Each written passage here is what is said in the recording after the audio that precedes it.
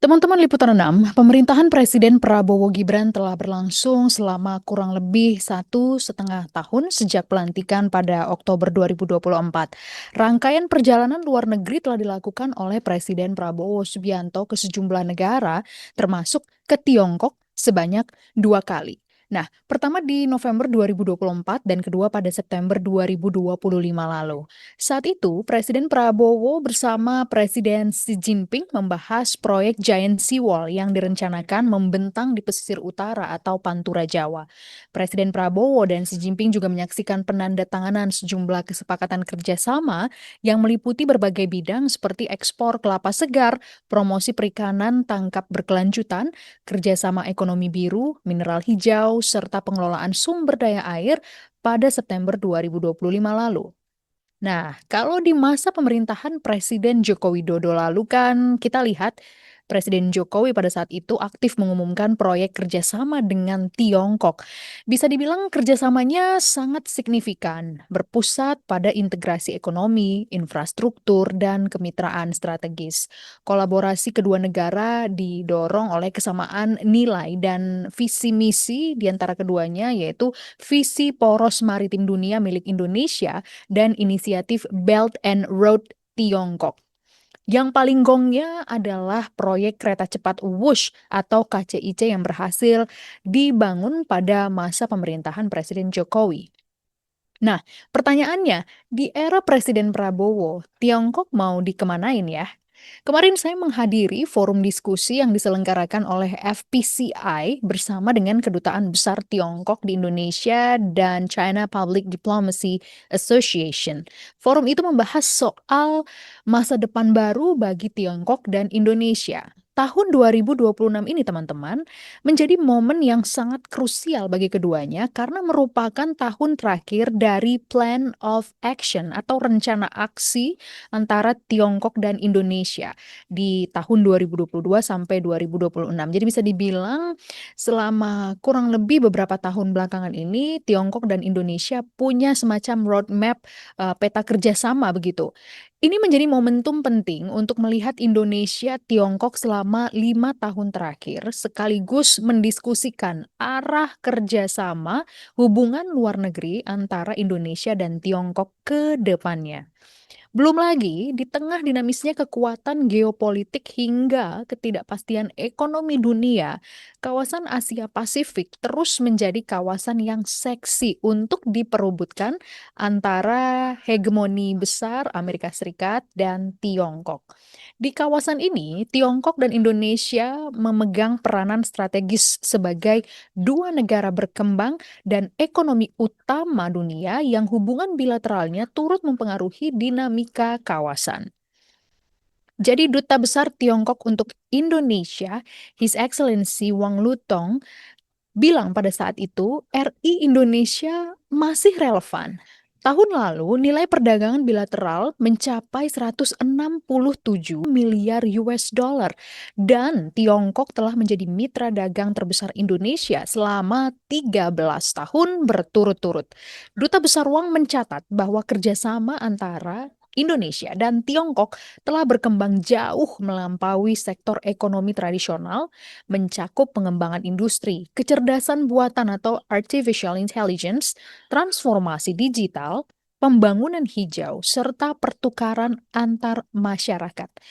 Menurutnya, ada keselarasan yang mendalam antara modernisasi Tiongkok dan visi Indonesia Emas 2045. Jadi hubungan ini masih bisa berjalan dan masih relevan selama beberapa tahun ke depan. Kerjasama RI Tiongkok berkembang dari hard connectivity seperti pembangunan infrastruktur menuju soft connectivity melalui harmonisasi aturan dan standar norma dan pada akhirnya menuju hard connectivity yang mempererat hubungan antar masyarakat kedua negara. Jadi berubah pola porosnya dari tadi hard connectivity to soft connectivity dan hard connectivity. Jadi kalau kita mempunyai tujuan yang sama, tujuannya ialah bersama-sama merealisasi modernisasi. China juga Indonesia itu yang tanda saya kuat. Yang kedua yang kami mempunyai nilai yang mirip. Misalnya bila laga tunggal, gotong royong dan lain. nilai yang begitu di China juga ada sama itu nilainya. Jadi itu juga menjadi landasan yang kuat itu Tiongkok dengan Indonesia. Sekarang Indonesia dengan Tiongkok kita mempunyai bekerjasama sistem bekerjasama 5 pilar. Termasuk politik, ekonomi, sosial budayaan, keamanan maritim, ya itu 5 lah ya. Tapi sekarang kalau menuju ke prospek, saya rasanya mungkin apa maksudnya di politik kita harus dipererat itu misalnya pertukaran itu partai ke partai tentang bagaimana itu anti korupsi, anti kemiskinan, ini yang satu yang sangat penting.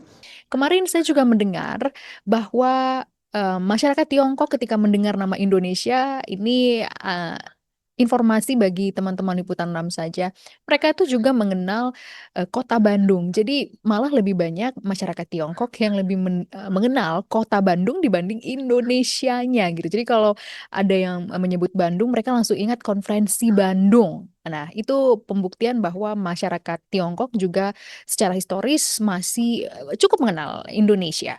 Nah, sementara itu, Santo Darmo Sumarto, Direktur Jenderal Asia Pasifik dan Afrika Kementerian Luar Negeri Indonesia, mengusulkan 4 bidang kerjasama yang dinilai paling menjanjikan untuk hubungan keberlanjutan antara kita dengan Tiongkok.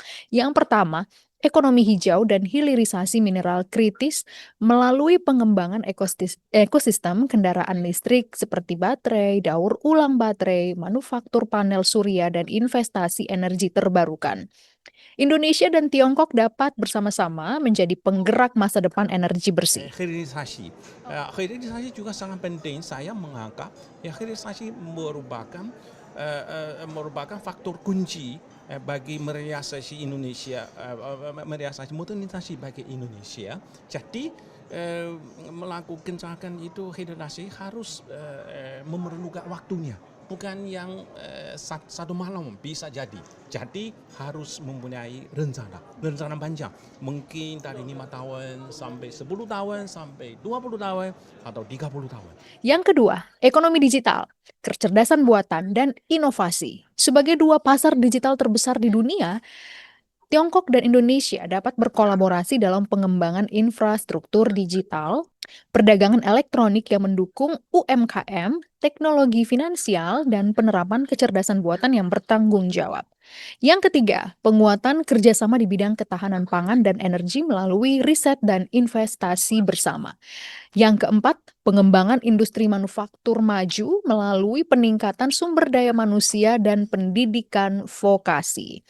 Nah, ini juga relevan dengan apa yang disampaikan oleh Wakil Menteri Pendidikan Tinggi, Sains dan Teknologi, Wamen Stella Christie, yang bilang nih, ada 3 hal yang saat ini tengah dilakukan oleh pemerintah Indonesia dengan Tiongkok. Apa-apa saja? Yang pertama, sejumlah universitas di Indonesia saat ini aktif menjalin kerjasama dengan universitas di Tiongkok. Sejumlah perusahaan asal Tiongkok juga bersedia memberikan beasiswa kepada mahasiswa pendidikan vokasi di Indonesia. Program itu merupakan bagian dari strategi industri untuk menyiapkan tenaga kerja terampil lokal Indonesia yang siap bekerja setelah lulus. Kerjasama itu menggunakan skema pendidikan dan pelatihan yang menggabungkan pembelajaran di Indonesia dan Tiongkok serta pengalaman kerja langsung di industri. Jadi nanti misalnya ada 1 tahun di Tiongkok kemudian kembali ke Indonesia. Saya akan mengkhususkan dari segi pendidikan tinggi. Sebenarnya ada satu yang sangat sudah kita lakukan banyak sejak 1,5 tahun kita berada di kementerian, yaitu sungguh menopang pendidikan vokasi. Jadi terutama sekali politeknik. Kenapa? Ini sangat penting tentang Indonesia Cina, karena pendidikan vokasi ini menghasilkan tenaga kerja terampil untuk investasi industri dari Tiongkok. Nah, jadi yang sudah kita lakukan itu bekerja sama dengan industri dari Tiongkok yang memberikan beasiswa untuk mahasiswa kita di pendidikan vokasi untuk mereka bisa, kita bilangnya 1+1+1. Jadi 1 tahun di Indonesia, 1 tahun di Tiongkok dan di Politeknik Tiongkok, 1 tahun di Politeknik di Indonesia dan 1 tahun di magang di industrinya. begitu mereka lulus mereka langsung bisa dipekerjakan dengan industri. Kenapa ini sangat diinginkan, bahkan industri dari Tiongkok bersedia memberikan beasiswa, karena ini menjadikan mereka mempunyai tenaga kerja terampil yang bisa mereka pekerjakan di Indonesia tanpa harus mendatangkan tenaga kerja dari China yang biayanya jauh lebih mahal. Jadi kita bekerja sama dengan China, tadi juga saya ada banyak table yang tidak saya bicarakan satu-satu. Sudah kita mulai kerjasama di bidang riset fundamental yang akan berhubungan langsung dengan industri, baik itu industri dari Tiongkok maupun industri dari Indonesia. Terakhir, tadi saya juga bilang bahwa ada satu yang sangat penting sekali, bagaimana kita melihat geopolitik sekarang ya, ada kesulitan buat mahasiswa kita maupun talenta-talenta kita, dosen-dosen kita yang mau mengambil PhD untuk pergi mungkin ke Amerika Serikat. Tapi yang terjadi pada saat ini, kalau kita lihat sains dan teknologi cluster ranking di dunia, itu China sudah hampir take overnya dari US. Dan yang kita lakukan dengan sangat erat adalah bagaimana kita membuka peluang, memperbanyak beasiswa baik dari kita sendiri maupun dari pihak Tiongkok yang sangat bersedia dan sudah memberikan banyak sekali. Jadi kesempatan untuk kita, untuk orang Indonesia, baik mahasiswa maupun untuk yang mengambil S1 maupun S3, kita khususkan S1 dan 3 itu lebih banyak lagi ke Tiongkok. Nah, ada pula 50 kuota pelajar dari Sekolah Garuda yang akan menerima beasiswa dari Tiongkok.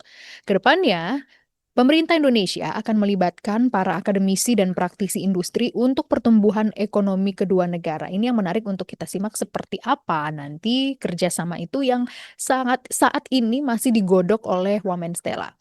Nah, Wamen Stella Christie juga menekankan pemerintah saat ini tengah menyiapkan peta jalan transformasi industri agar Indonesia tidak hanya mengandalkan perdagangan komoditas, namun juga bisa mengembangkan manufaktur bernilai tambah yang ditopang oleh riset dan inovasi.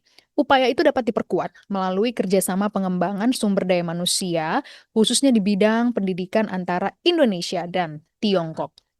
Nah, kemarin dalam forum diskusi itu, saya juga mendengar dari perwakilan Kedutaan Besar Tiongkok yang mengatakan bahwa saat ini Indonesia dan Tiongkok masih aktif untuk menjalin komunikasi. Komunikasi yang seperti apa? Komunikasi yang bersifat sopan dan penuh dengan pertimbangan, bukan konfrontasi, untuk bisa menghadirkan hubungan bilateral yang penuh kewaspadaan dan juga penuh keuntungan bagi kedua belah pihak. Kita tahu saat ini hegemoni antara Amerika Serikat dan Tiongkok masih terus menggema di sejumlah negara termasuk juga di Indonesia. Salah satu pakar hubungan internasional, Muhammad Faisal Karim, kemarin menyatakan bahwa Indonesia perlu berhati-hati dalam mengambil keputusan penting ketika bekerja sama dengan pihak manapun. Menurut saya tentu jawabannya iya, masih relevan, namun ada beberapa catatan. Pertama, tentunya Indonesia harus mengubah arah diplomasinya. Karena sekarang beda sama 15 tahun yang lalu, 10 tahun yang lalu. Kita mengenal konsep bebas aktif, non-alignment, multi-alignment, yang dimana itu dimungkinkan 10 tahun yang lalu. Namun sekarang Amerika Serikat semakin memperkecil ruang itu, sehingga Indonesia tidak lagi bisa bermain di dua kaki.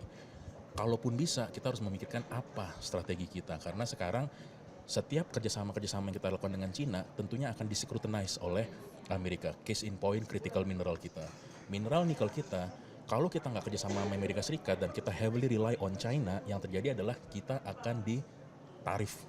Sanction pun juga. Kita lihat beberapa minggu yang lalu, port kita, Karimun di Kepulauan Riau, itu disanksi sama Uni Eropa. Simply karena kita dianggap memfasilitasi vesselnya Rusia. Jadi hal-hal kecil yang sifatnya ekonomi, sifatnya adalah firm level analysis, semua itu akan kembali di sekuritisasi. Nah, menurut saya kalau kita hanya berpikir bahwa kita bekerjasama sama semua negara tanpa mempertimbangkan implikasi geopolitiknya, maka akan ke depannya akan terjadi banyak masalah yang akan kita hadapi. Menurut saya tadi perlambatan ekonomi Cina itu akan menghasilkan apa yang disebut tadi overcapacity.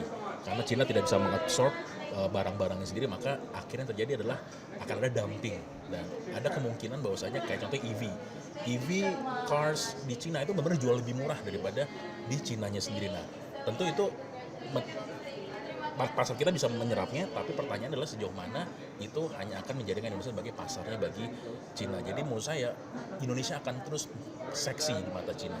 Pertanyaannya sejauh mana menjadi seksi itu menguntungkan buat Cina atau menguntungkan buat kita, seperti itu. Saya rasa dari situ Indonesia dan Tiongkok itu harus menjunjung tinggi prinsip mandiri strategi. Ya karena kita semuanya negara yang besar.